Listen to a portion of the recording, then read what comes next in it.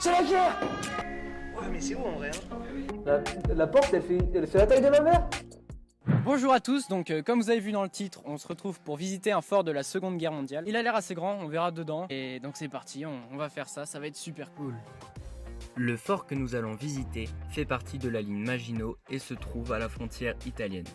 Mais on va pas vous donner beaucoup plus d'infos sur son lieu, il est juste paumé quelque part dans les Alpes. Cet ouvrage fortifié avait donc une position très idéale pour défendre le pays. Mais on vous expliquera tout ça tout au long de la vidéo, donc restez bien jusqu'à la fin parce qu'on va en voir des choses.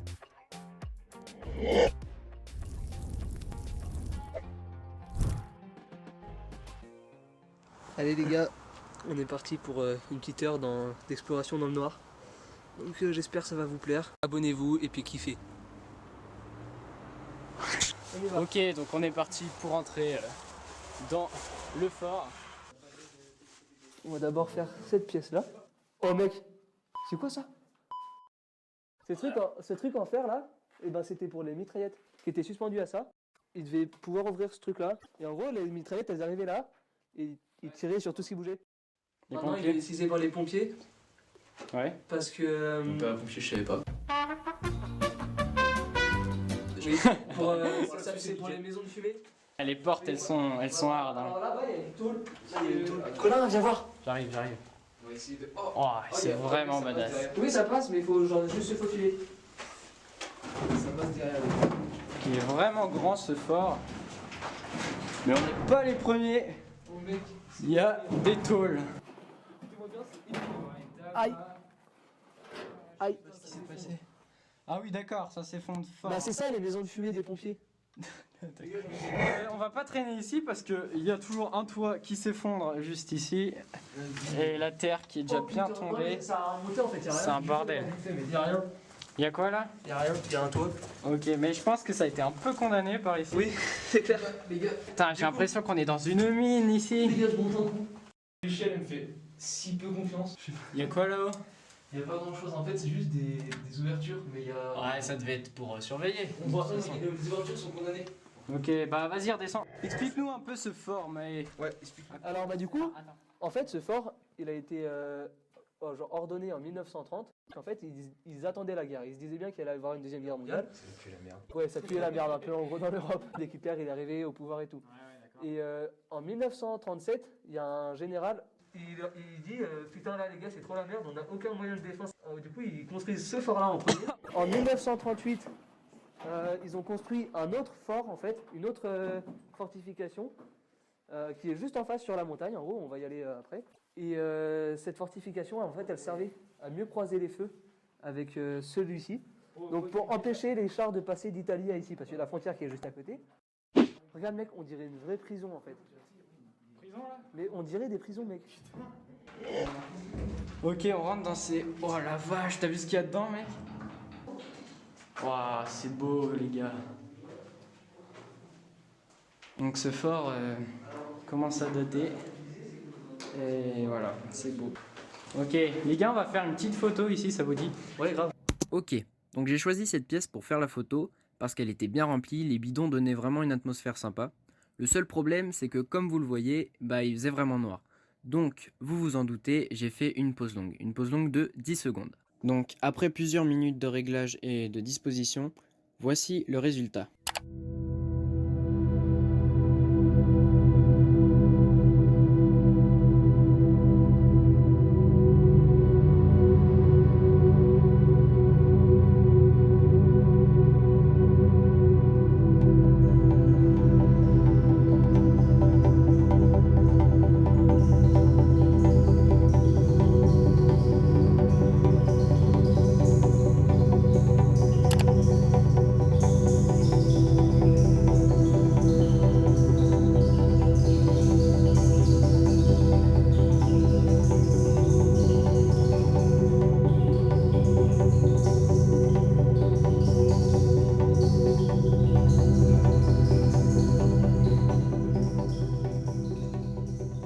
Mec, là il y a des marécages, faut sauter un peu.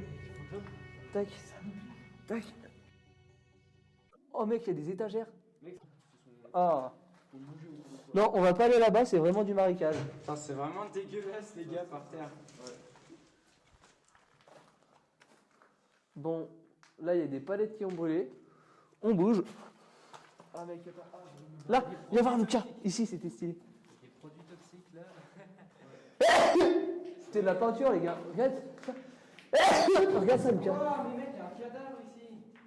Regarde ça. Oh mec. Tu vois, on sent un vent. Oh mec, j'ai si envie d'aller voir ce qu'il y a dedans. Non mais regarde la poussière qu'il y a ici. Mais ça, je pense, ça va dehors. Je me demande si en fait là-bas t'as pas un espèce de tunnel comme il y avait là-bas, mais qui mène vraiment dehors lui. C'est une aération, ça, je pense. Ah, mais justement, est-ce qu'il mène pas vraiment dehors? Est-ce qu'il est pas encore en fonction?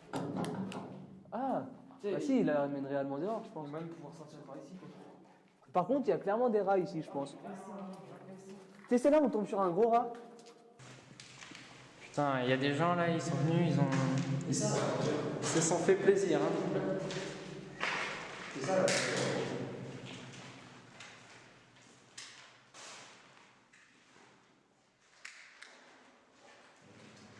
Ça a l'air fort en plus. Ouais, bah ça se voit qu'il est facile d'accès ce fort. Hein. En plus, la bonne petite réverb, ça va être bien sur la vidéo. Je te suis. Tu les imagines courir ici parce qu'il y a une attaque, mec. Y'a quoi là? La porte, elle est tellement petite, la porte. C'était des nains à l'époque. Non mais regarde, mec. Sans déconner à l'époque, genre ils étaient plus petits. La porte, elle fait la taille de ma mère. Ça, c'était une prison. Regarde. Je pense que c'était une chambre, ouais. Genre là, tu devais avoir un lit là, un truc. Il n'y avait pas des chambres individuelles, hein. Il était 26 dedans. Peut-être qu'il y avait une chambre pour le capitaine. Ah ouais, pour l'officier. Peut-être pour passer la nourriture, c'est ça. Pour passer à la nourriture. Ah mais oui, t'as raison. Attends, je fais un peu peut-être. Arrivé au bout du fort, on est tombé sur une immense grotte. C'était sans doute un projet d'agrandissement mais qui n'a jamais abouti. Donc notre exploration c'était presque devenu de la spéléologie parce qu'on se prenait des gouttes d'eau partout et les objectifs étaient trempés. Donc c'est pour ça qu'on n'a que les images de GoPro. Encore une fois, cette pièce se prêtait parfaitement pour faire des photos. Au milieu de cette grotte, on a trouvé une petite tourelle qui remontait avec une échelle jusqu'à la surface, donc une dizaine de mètres au-dessus, parce qu'on était déjà bien sous terre. Et donc forcément, on est monté.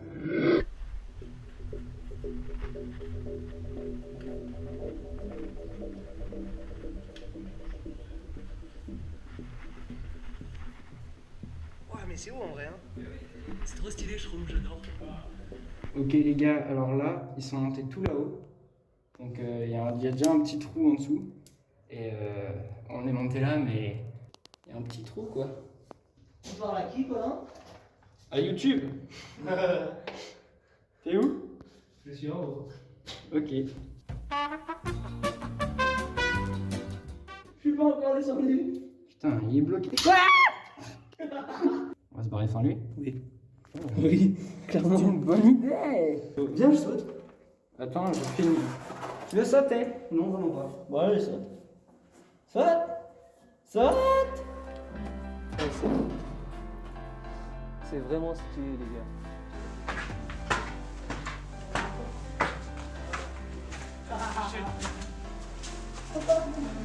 Ah voilà, direction la sortie enfin.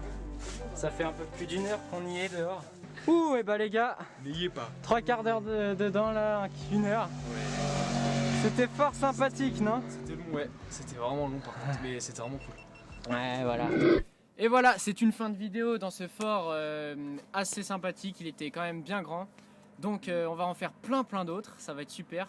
Donc abonnez-vous à la fameuse équipe Leslo. Je tiens à dire que c'est fort en émotion parce que on se met bien dans la peau des personnages qui pouvaient y être pendant la Seconde Guerre mondiale. A plus.